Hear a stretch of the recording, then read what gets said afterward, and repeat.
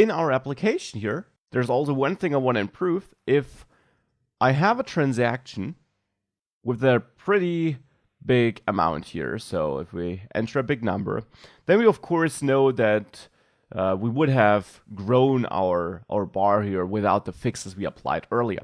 One thing we can still see is that now these weekday shortcuts here are not really aligned. And in addition, we also see that the bar here, the first bar, is actually starting a bit earlier than the other ones. It's not in line with the other bars. The reason for that, of course, is that we shrank our text, and therefore the height of this text also changed, and hence this whole bar is moved up a bit. Obviously, that's not a behavior I want here. Now, to fix that behavior, we can go to our chart bar widget there, and simply wrap a container around our fitted box here, and in that container here, we can give this a height of, let's say, 20. Now, the text here at the top will always have a height of 20, no matter how much height it needs, and therefore the text is now aligned, the bars are aligned, and the text here at the bottom is also aligned. And that, of course, looks better than bars jumping randomly around.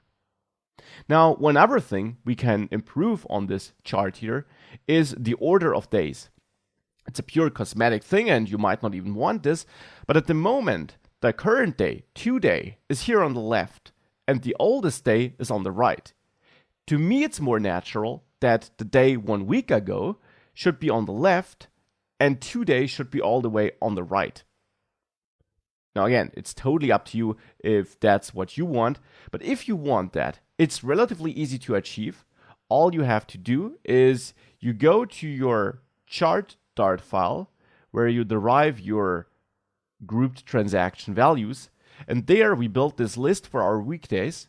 In the end, the way we have our algorithm here means that we, generate today as the first day in line, and it's hard to change that. The easiest way to change the resulting list, however, is to simply add something on the list which is generated here. We can call reversed here.